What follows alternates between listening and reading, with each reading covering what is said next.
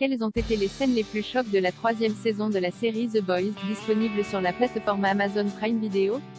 Attendue de pied ferme par de nombreux fans, la troisième saison de The Boys n'a pas manqué d'aller plus loin que les précédentes dans le trash, en proposant de nombreuses scènes chocs, qu'il s'agisse de violence extrême, de sexualité explicite, voire des deux en même. Plus que jamais, le programme d'Amazon Prime Video a justifié son statut de série de super-héros la plus irrévérencieuse.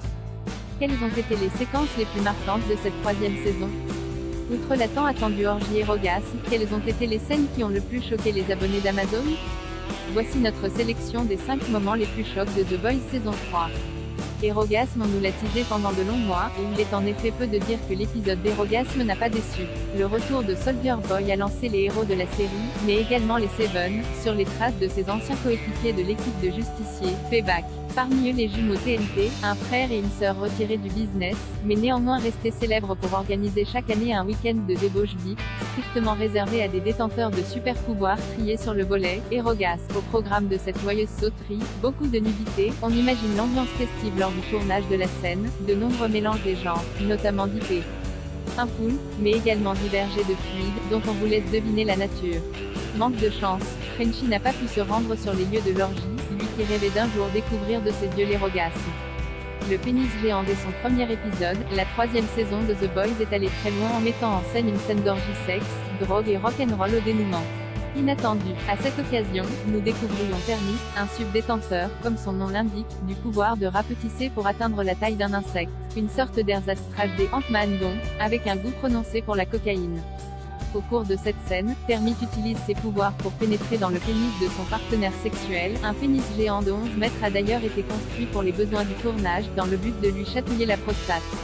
Mais l'expérience tourne court quand la drogue qu'il venait de consommer se met à lui titiller la narine. L'impensable se produit alors quand un éternuement active involontairement les pouvoirs de Termis, lequel regagne sa taille normale, et fait exploser son partenaire d'une manière complètement différente de celle qui était initialement prévue.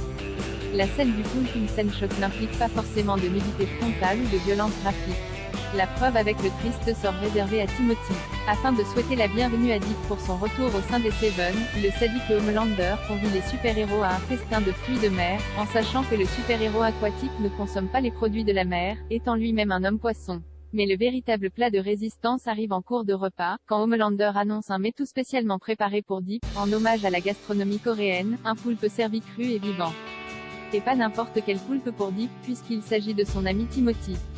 Poussé par Homelander, mais également par sa petite amie Cassandra à obtempérer, Dick n'a donc d'autre choix que de devoir dévorer son ami. La bataille des gods popularité oblige. L'image des Seven est exploitée par d'innombrables produits dérivés. Mais au-delà des figurines, t-shirts et autres posters dédicacés, la troisième saison de The Boys nous a également permis de découvrir l'existence de sextoys officiels, à l'effigie des super-héros de la compagnie Vought. Que vous soyez fan d'Homelander, que vous préférence aille plutôt vers Starlight ou Maeve, ou que vous soyez davantage d'humeur black-noir, il existe un godemichet pour chacun et chacune d'entre vous. Mais l'utilisation de ces sextoys dans la saison 3 n'a pas été celle que nous aurions pu anticiper. Ceux-ci sont en effet employés comme des armes de combat par Kimiko, lors de sa mission d'infiltration au sein d'une maison close russe. La mort de Blue Hawk, enfin comment ne pas citer Blue Hawk, un nouveau venu dans la série, dont les idées racistes pour ne pas dire suprématistes, ont choqué bon nombre de téléspectateurs.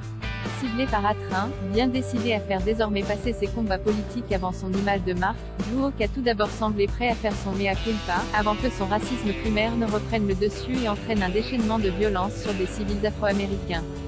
Finalement, Attrain a décidé d'agir en utilisant sa super vitesse pour traîner Blue Hawk sur le bitume, éparpillant ses viscères sur plusieurs kilomètres.